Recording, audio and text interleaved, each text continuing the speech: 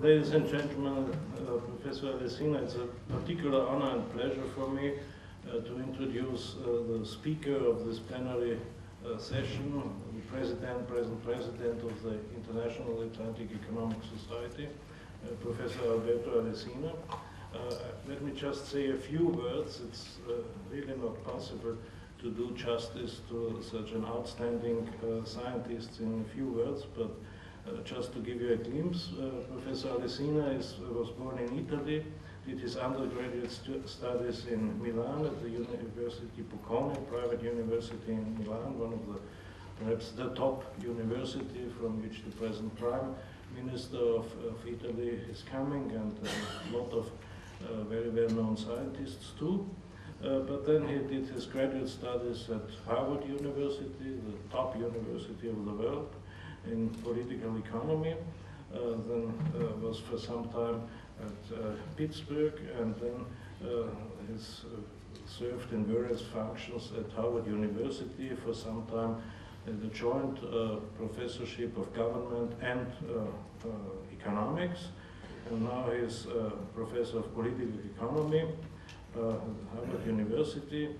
And he's really a leader in the field of public choice and political economy. Everybody who is familiar with a person who still has his roots in Italy, has written a lot of comments in Italian newspapers, but also is very firmly founded in the United States of America. So, and it's very appropriate that here in a city which bridges two continents, so to say, we have somebody who also in his broad outlook on economics and social science, political issues, is such a cosmopolitan like Professor Alesina. Today's topic will be culture and development, and let me ask you to give you a presentation.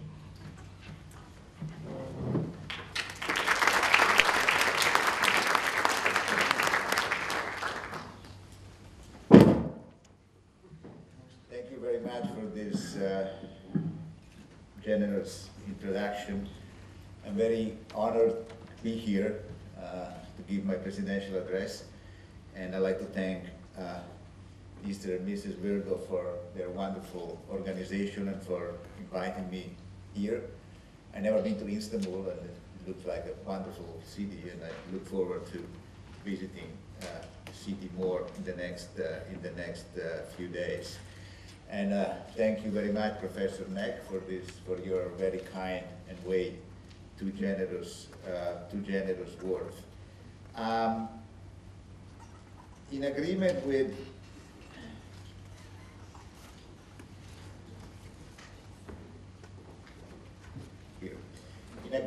Professor Virgo, we decided to change quite radically the topic of my presidential address from cultural development to something a bit more current event related, which is another part of my research, which has to do with the fiscal policy issues that have been brought at the forefront of the discussion, both of the academic discussion and the policy discussion after the Great Recession. So what I'm going to talk about for about half an hour or so, and to have some time for questions, is issues, theoretical and empirical issues about fiscal policy, which is now really critical issues in many advanced economies. So there are a lot of things that we as economists know, and many things that we do not know about fiscal policy. In fact, I will stress a lot the things that we do not know about fiscal policy. And there are a lot of things that we agree upon, but probably even more things that we don't agree upon. Let me begin with a few things that which we do agree upon fiscal policy, namely, one is the tax smoothing principle, the idea that it is not, the idea that it's good to allow deficit to go up during recessions as long as they are compensated by surplus during booms. The idea that you want to keep tax rate stable, so allowing the deficit to smooth over the cycle, it would be a bad idea to raise taxes during a recession and to cut taxes during a boom. Another way of putting it, on the spending side, that automatic stabilizers have to do their work, so it's perfectly fine to allow, for example, unemployment compensation to go up during a recession, and if this spending causes deficit, so be it. That's fine as long as they are compensated by surpluses. Incidentally, that has the implication that balanced budget rules, namely rules that impose that the budget should be balanced every period, are a bad idea because they go against this basic economic principle of tax smoothing. However, unfortunately, this basic principle of tax smoothing are often not followed by policymakers, namely policymakers are very happy to let deficit grow during recession, but they're less comfortable reducing them during surpluses. So a balanced budget rule may be a second best against political distortion. But I'm not going to go into that, at least in this talk. So these are the things that we do agree upon. There are things that we don't agree upon, and I mean economists don't agree upon, and they're really at the forefront of the political debate. Namely, two critical issues. One is whether, in addition to the automatic stabilizer that we talked about a moment ago, or in addition to those, we should also engage in discretionary counter-cyclical policies, namely whether during recession we should actively cut taxes or more typically increase discretionary spending during recession, because sort of in a Keynesian fashion. And the second thing that we don't agree upon is what is the effect of this policy, which often are referred to as the size of spending and tax multiplier. That is, if I increase government spending by, say, $1, what is the effect on the economy?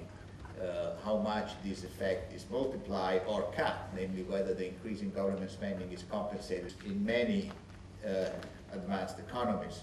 So there are a lot of things that we as economists know, and many things that we do not know about fiscal policy. In fact, I will stress a lot the things that we do not know about fiscal policy. And there are a lot of things that we agree upon, but probably even more things that we don't agree upon. Let me begin with a few things that which we do agree upon fiscal policy, namely, one is the tax smoothing principle, the idea that it is not, the idea that it's good to allow deficit to go up during recessions as long as they are compensated by surplus during booms. The idea that you want to keep tax rate stable, so allowing the deficit to smooth over the cycle. It would be a bad idea to raise taxes during a recession and to cut taxes during a boom. Another way of putting it, on the spending side, that automatic stabilizers have to do their work, so it's perfectly fine to allow, for example, unemployment compensation to go up during a recession, and if this spending causes deficit, so be it. That's fine as long as they are compensated by surpluses. Incidentally, that has the implication that balanced budget rules, namely rules that impose that the budget should be balanced every period, are a bad idea because they go against this basic economic principle of tax smoothing. However, unfortunately, this basic principle of tax smoothing are often not followed by policymakers, namely policymakers are very happy to let deficit grow during recession, but they're less comfortable reducing them during surpluses. So a balanced budget rule may be a second best against political distortion.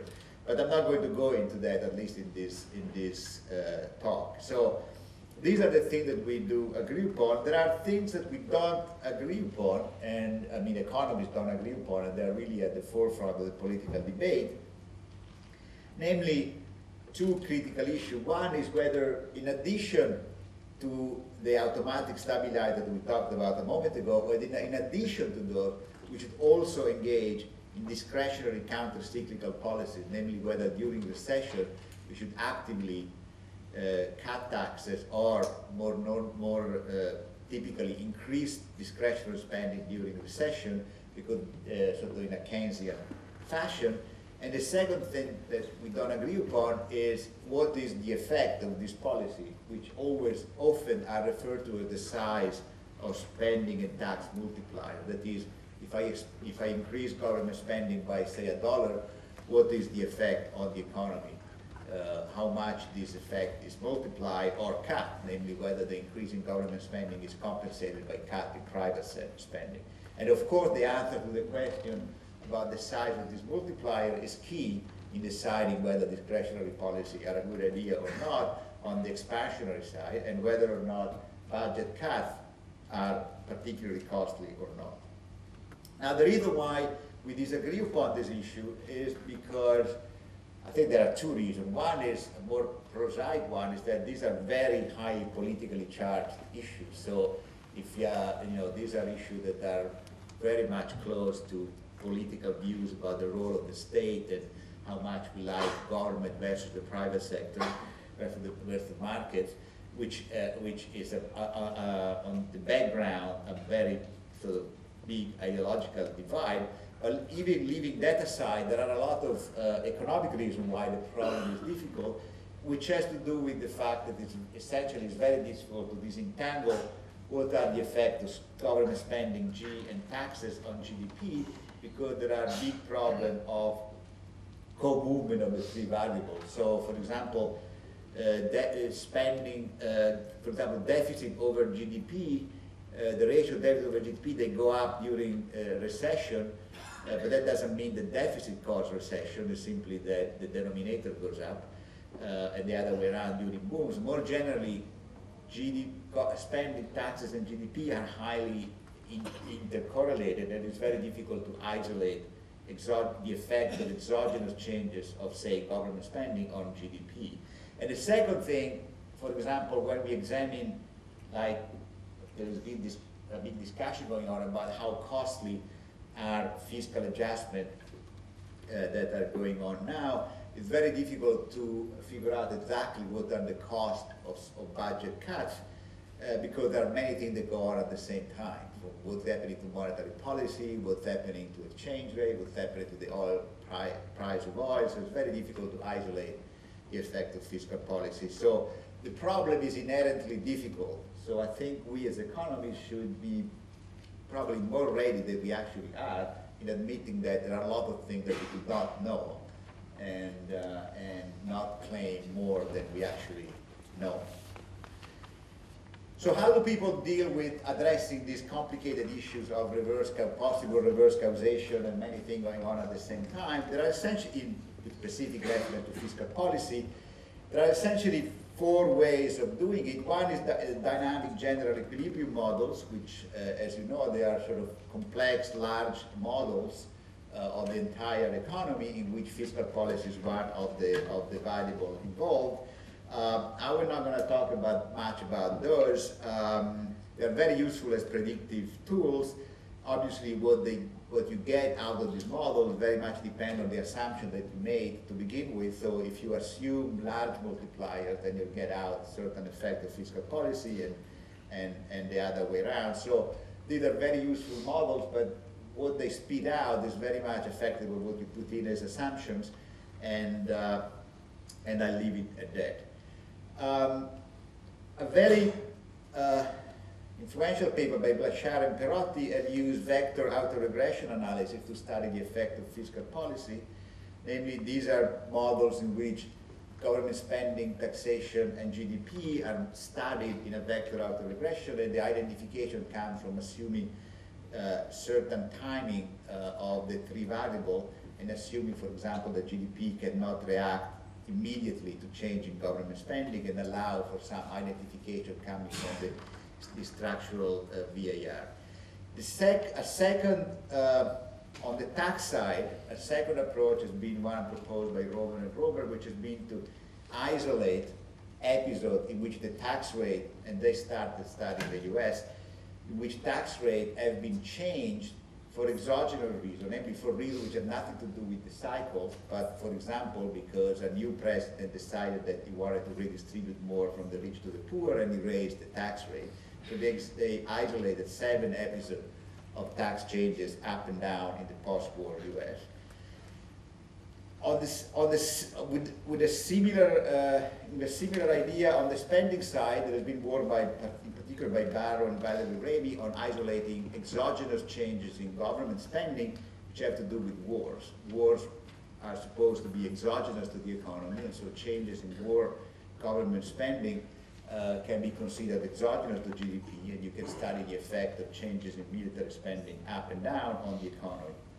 And then an active literature on case studies that is trying to look at various episodes, and often in a descriptive matter, but to try to understand what's going on and carefully looking at various episodes. For example, episode of large fiscal adjustment. And let me say a couple of things about these methods. First of all, let me remind you what the basic Keynesian model would say. The basic Keynesian model would say the spending multiplier, namely the effect of $1 increase of government spending on the economy, should be bigger than 1, and in fact much bigger than 1. And the spending multiplier should be bigger than tax multiplier, because in the basic Keynesian model, larger part of the increase in government spending that increases GDP would be saved, and that would not affect aggregate demand. So spending multiplier bigger than 1, and tax multiplier smaller than spending multiplier. How does this model come out? Well, not too well. The range of spending multiplier estimated using in a variety of papers that have used these various approaches ranges from 0.4 to 1.5, with some estimate actually even lower than 0.4 and some estimate larger than 0.5, but most of them fall in this range. Now, this is a huge range because it includes 1. Now, it is very hard to argue. It would be, even though the issue about welfare is a little bit still fuzzy and needs to be examined more, I think it's very hard, it would be very hard to argue as a valuable policy to increase government spending if the multiplier were, say, 0.5. But that would mean that a $1 increase in government spending that will need to be covered by taxes in the future leads to only 50-cent increase in aggregate demand, because 50 cents are compensated by falls in private demand. Instead, if the multiplier is 1.5, well, then I think it would be reasonable to argue for a discretionary spending increase during recession. The second thing which departs from the basic Keynesian model is that tax multipliers seem to be much bigger than spending multiplier. Namely, tax increases have a multiplier of up to 3, and tax cut as well, according to the result by Robert and Robert. Now, this 3 is probably way too high, and more recent papers have actually, adjusting various statistical techniques, have lowered this estimate of the tax multiplier, but still they are consistently be found bigger than spending multipliers. Now, on the spending side, there are methodological issues that are open on the spending side are 2. One is that various work by Hansen and Sargent and Valerie Raby and Robert Barrow argued that the vector to regressive analysis of Blanchard and Perotti tend to overestimate spending multipliers because they don't distinguish between expected and unexpected government spending. So they treat all government spending as exogenous without taking into account that some of it is anticipated and some of it is not, and that should have different effect on aggregate demand. And if you work through this the math, you find that by not distinguishing between the two, you overestimate spending multiplier. So to the extent that Blanchard and Perotti find spending multiplier of the size of around 1, they argued that those spending multiplier are probably lower than 1 because they overestimate them. On the other hand, Perotti and Blanchard, in particular Roberto Perotti in a series of recent papers, he argues that estimating the effect of government spending using military spending is not a good idea because it's all very much driven by very few years in which major wars were wars on demilitarization were occurring, like the Second World War, the Korean War for the case of the US, and the Vietnam War. So he argues that if you rely your analysis on military spending only, you rely on too few observation, and in addition, perhaps more importantly, during war period there were a lot of other things going on, like price control and perhaps some nationalistic feeling making people work harder or whatever you have it, but the war period, he argued, are not a good, a normal period to study the effect of fiscal policy. And on the other hand, Valerie Levy would argue that exactly the opposite, precisely because during war period you have big changes in government spending, you can really see things happening more clearly than if you look at small changes of government spending during peacetime. So the debate is still going on, but again, if spending multiplier are really not much larger than 1, or perhaps even lower than 1, then one may argue how valuable it is to increase discretionary government spending during recession. Now, obviously, one application of this discussion has to do with the, at least in the US, has to do with what has been the effect of the large government spending program that have occurred in the US. And this, I think, will be impossible to give an answer about whether the expansionary fiscal policy in the US have been, how much has been valuable in reducing the size of the recession. We don't even agree actually on how large the size of the fiscal of the government spending in the US was, because the size was, monetary terms, whatever it is, it seems large if you read it. But on the other hand, some of that spending at the federal level compensated for cut in state level spending. So at the end of the day, it's not even clear how large this stimulus was. But leaving that aside, if one wanted to be a little bit mean with the current administration, you could point at this picture that I actually borrowed from my colleague Greg Mankiw. This is the unemployment rate that the administration was predicting in 2008 without the recovery plan, without the stimulus package. And the one is with the recovery plan. So the recovery plan would have reduced the unemployment rate. Now, in March 2010, the unemployment rate was 9.7, which was way above what it had been predicted that it would be without the recovery plan. So the recovery plan seemed to have had no effect. And in March 2011, the unemployment rate was 8.8, which was exactly what was predicted to be without the recovery plan. Now, this is a little bit mean for a variety of reasons. To begin with, the projection might have been wrong.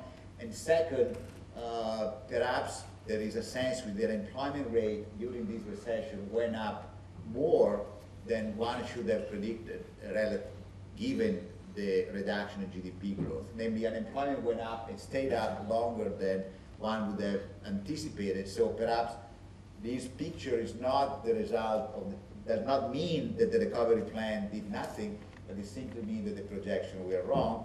But nevertheless, there was a stimulus package and the unemployment rate was high and stayed high. And I focus on the unemployment rate rather than GDP growth because in a recent paper still unpublished by Valerie Remy, she argues that if you look at the spending multiplier, not so much on GDP, but on employment or unemployment, you find actually even less encouraging result, namely that the spending multiplier on unemployment is particularly low. And essentially when government spending goes up, the only thing that goes up is public employment, and the effect on private employment is very small. Now, as I mentioned a moment ago, there is a similar debate going on taxes. Romer and Romer find that tax multipliers that are very large. Recent research shows that probably they are actually much lower. And another issue which is on the table is that this spending and tax multiplier may actually be quite different depending on the level of debt of the country and depending on whether the country is in a deep recession or not. There is a view that when you are in a deep recession like we were a few years ago and monetary policy, we are in a sort of liquidity trap, then spending multiplier are larger than they are in normal times. So even though you may be somebody that is not, even though you may think that in general discretionary counter-cyclical fiscal policy are not a good idea, perhaps you still, there is a room for some of it during particularly deep recessions. Now, a particularly active literature in recent years has been about studying case studies, not so much, well, also of fiscal expansion, but now, now that we are in the, thankfully the Great Recession is over, we are in the case of fiscal adjustment, namely in which deficit has to be reduced. And there has been a very active literature about what are the costs of large fiscal adjustment.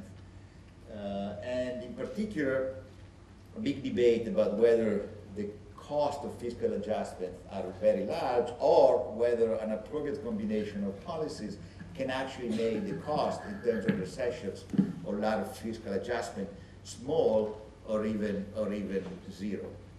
Now, so that I think that there are two questions that are, many questions, but two in particular that are on the table, namely, if you do a fiscal adjustment, should you do it, and I'm here talking about OECD countries, advanced economies where the size of government is already in the order of 40 or 50%. I'm not talking about developing countries where the issue may be different. But for OECD countries, I think the two critical questions are, if you want to do a fiscal adjustment, should you do it on the spending side or on the tax side? Or to put it differently, are spending-based adjustment less contractionary than tax-based adjustment? And I think the answer is going to be yes to this question, and the spending-based adjustment are less contractionary. And the second, I think that is some fiscal adjustment have been expansionary even on impact, namely have not been accompanied by recession, but by expansion. And the question is, how common is this, and what is the channel through which this might happen? Now, it would take me way more than half an hour to go into the detail about where the disagreement lie, how to identify fiscal adjustment, what the issues are. There have been some heated debate that have reached even the popular press about this. But I think that when things reach the popular press, things often get the difference of opinion gets exaggerated. And I think that my view about how to summarize this debate between which are based on studies of large fiscal adjustment is the following, and I think is a fairly, even though I'm part of the debate, I think it's a fairly objective summary of the debate, is that spending-based adjustment in OECD economies, which are close to 50% of G over Y, namely the size of government is pretty close to 50%, are preferable and less likely to be very costly than tax-based one. So if you want to do a fiscal adjustment in Europe, do it on the spending side. And the second result, that even large fiscal consolidation accompanied by appropriate accompanying policies like sometimes agreement with the union for wage moderation and a friendly monetary policy, public sector wages which are kept in check because of wage agreement with the union, inflation, stabilizing expectation of inflation, they can be much less costly than we normally think, and sometimes they've been not costly at all. So even in the short run, fiscal adjustment of this type have been associated with expansion rather than contraction. Now, whether or not this appropriate mix of policy is applicable today is a different question and remains to be seen. And I'll say a few words about it. But this is what the evidence, I think, shows, looking at the historical episode of large fiscal adjustments. Now, how is it possible that fiscal adjustment on the spending side may not be so recessionary as we think, if we have in mind a Keynesian model? Well, one channel is that rapid reduction of interest rate. So people get less worried about the future. They apply lower risk premium to deficit, to government debt of deficit countries. So the fiscal adjustment may have a big effect on interest rate. Interest rates are low for some countries today, but for some countries they actually went very much high up, as you know, because of the risk of default. And so fiscal adjustment that reduce the risk of default may actually have a very positive effect on interest rate. If you keep public sector wages down, you may have positive effect on wage agreement overall, even in the private sector of the economy, which increase competitiveness.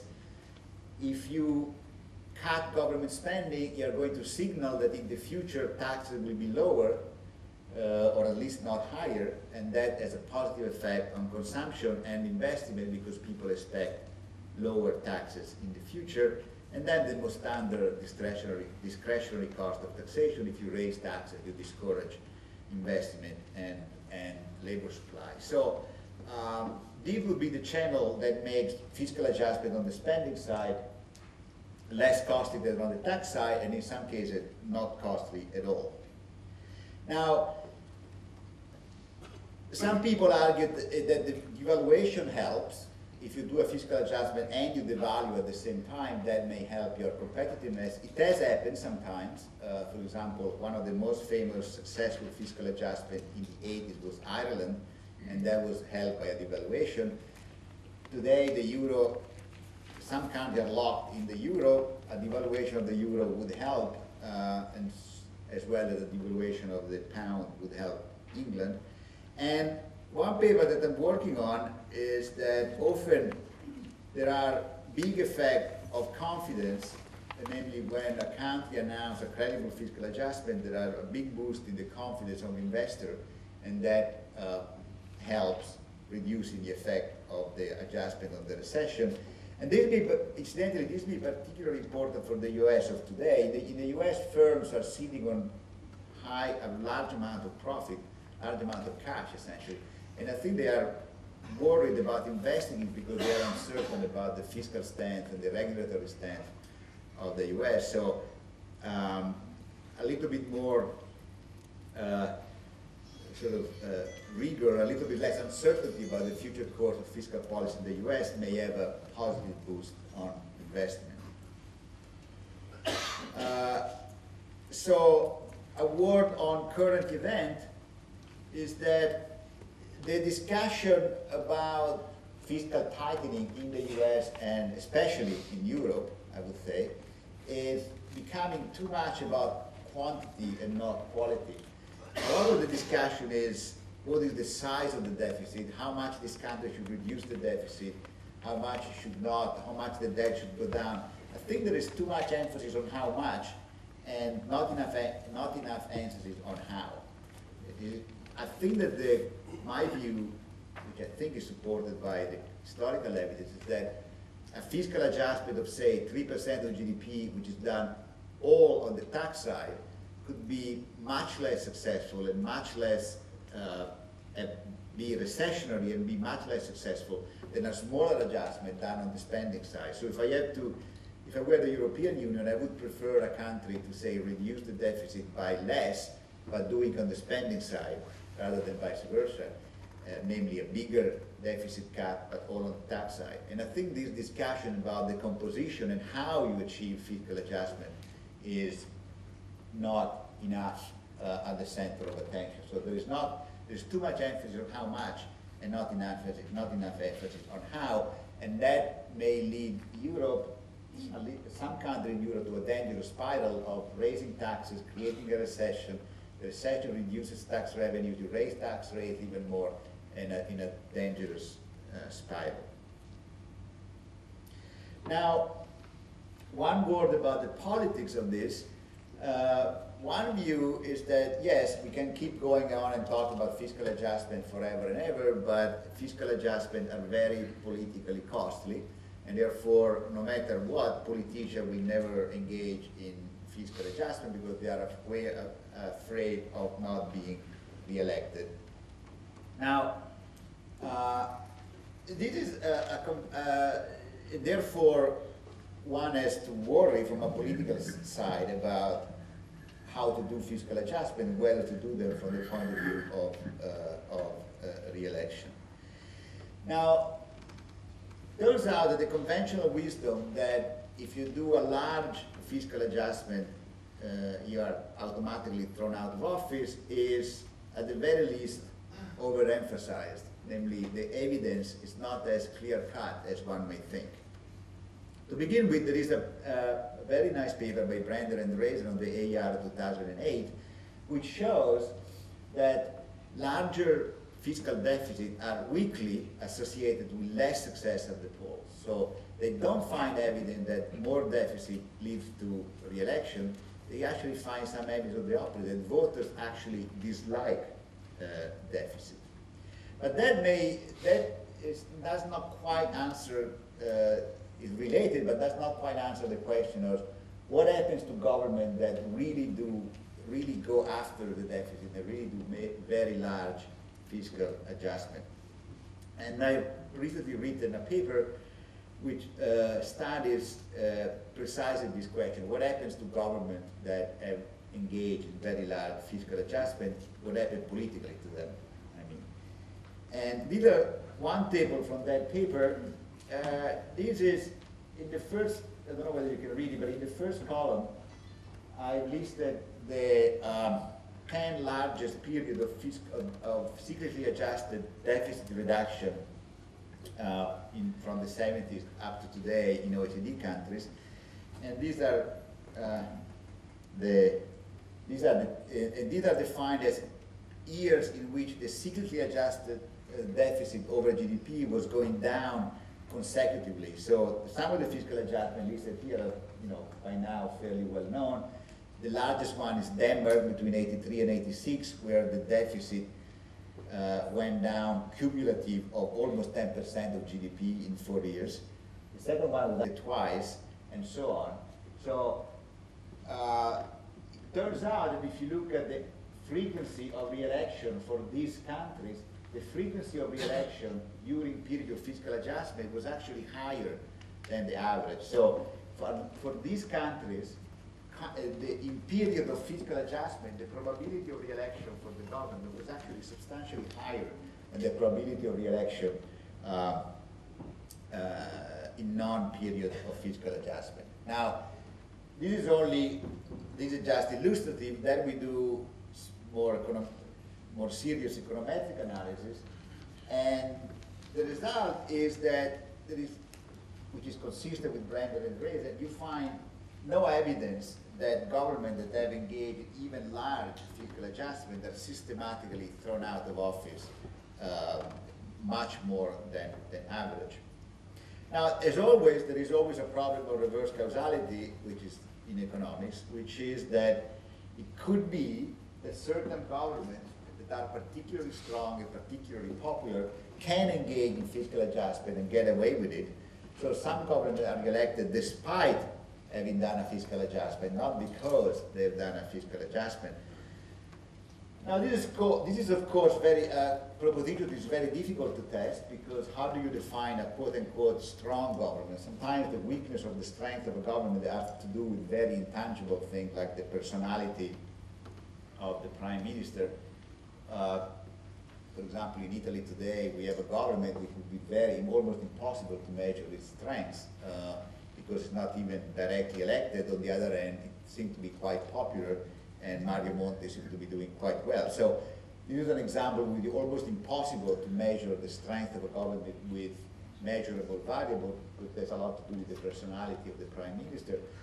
But when we try to define strong government based on objective measures, like the size of the majority in parliament, the size of how many seats the government parties hold in Congress, and so on, the size of the majority when they won the previous election. We don't find much to hold the view that only strong government can engage in fiscal adjustment and get away with it. So it's not clear that you find strong evidence of this. I think the conclusion that one can draw from this evidence, I think there's a weak conclusion that says, which is it's almost a description of the data, therefore it's uncontroversial, that some government can engage in fiscal adjustment and be re-elected. That is a fact. And it's undeniable. The more aggressive interpretation would be that the voters understand much more than we give them credit for when a fiscal adjustment is needed, and therefore they're willing to actually reward government that engage in fiscal adjustment because they understand that they are needed.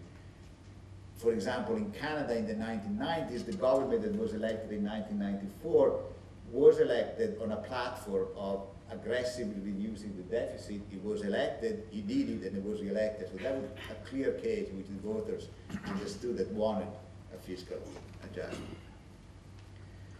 To conclude, I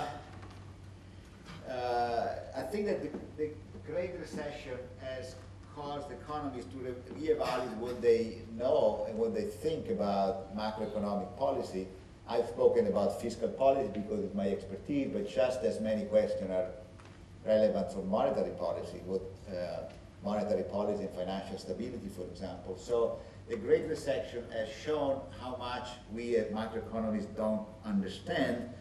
On the other hand, macroeconomics is becoming fun again, and in the period of the Great Moderation, we thought that we knew everything. Turns out that we know much less than we thought. But on the other hand, as I say, macroeconomics is becoming, again, a very popular field. And as empirical evidence of this, in our department, we have to move our macro seminar from a smaller to a much bigger room because we couldn't fit all the students after the Great Recession. Thank you.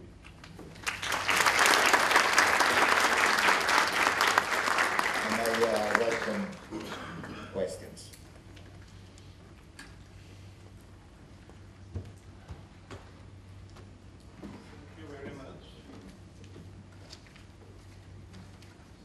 Thank you, Professor Alesina, for your very interesting and very timely presentation. Time is for some questions. Yes, please. Please speak up. In the recent budget in the United Kingdom, the Chancellor of the Exchequer did cut taxes mostly for the rich and lowered public spending, which is in line with your policy recommendation. We're not sure that it will work. But I think that the Great Recession has caused economies to reevaluate what they know and what they think about macroeconomic policy. I've spoken about fiscal policy because it's my expertise, but just as many questions are relevant for monetary policy, monetary policy and financial stability, for example. So the Great Recession has shown how much we as macroeconomists don't understand. On the other hand, macroeconomics is becoming fun again, and in the period of the Great Moderation, we thought that we knew everything. Turns out that we know much less than we thought. But on the other hand, as I say, macroeconomics is becoming, again, a very popular field. And as empirical evidence of this, in our department, we have to move our macro seminar from a smaller to a much bigger room because we couldn't fit all the students after the Great Recession. Thank you.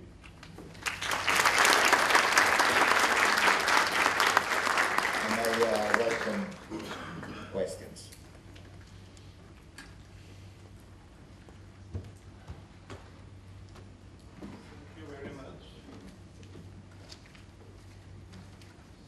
Thank you, Professor Alesina, for your very interesting and very timely presentation. Time is for some questions. Yes, please. Please speak up. In the recent budget in the United Kingdom, the Chancellor of the Exchequer did cut taxes mostly for the rich and lowered public spending, which is in line with your policy recommendation. We're not sure that it will work, but furthermore, there's an unfairness about it because the the Labour Party immediately pointed out that during the most difficult times... Could you please speak into the microphone? Shall I start from the beginning? Yes, please.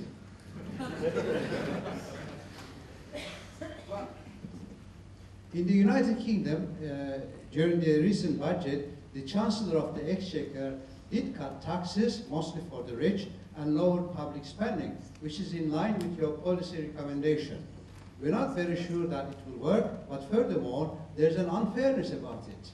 Because Labour Party points out immediately that during the most difficult times, government is taking money from the poor and giving it to the rich. That is, Robin Hood activities are standing on its head. Would you like to comment on that, please?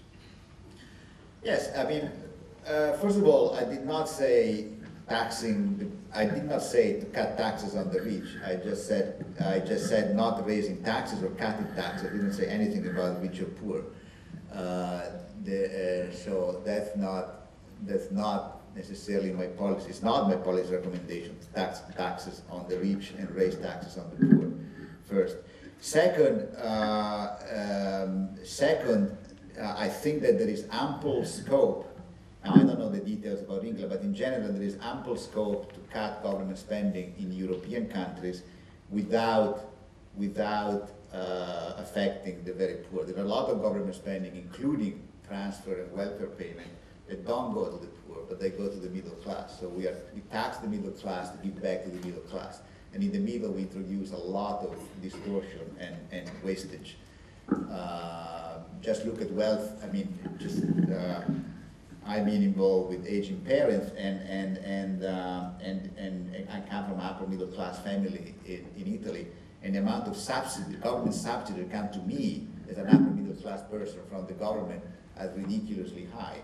So on the one hand we are taxed, on the other hand we are given back subsidies in a way which is absolutely distortionate. So there are a lot of things that can be cut without affecting the very poor. Now, whether or not the Chancellor of the Exchequer in England today is doing cuts in a way which are compatible with fairness or not, I do not know the detail.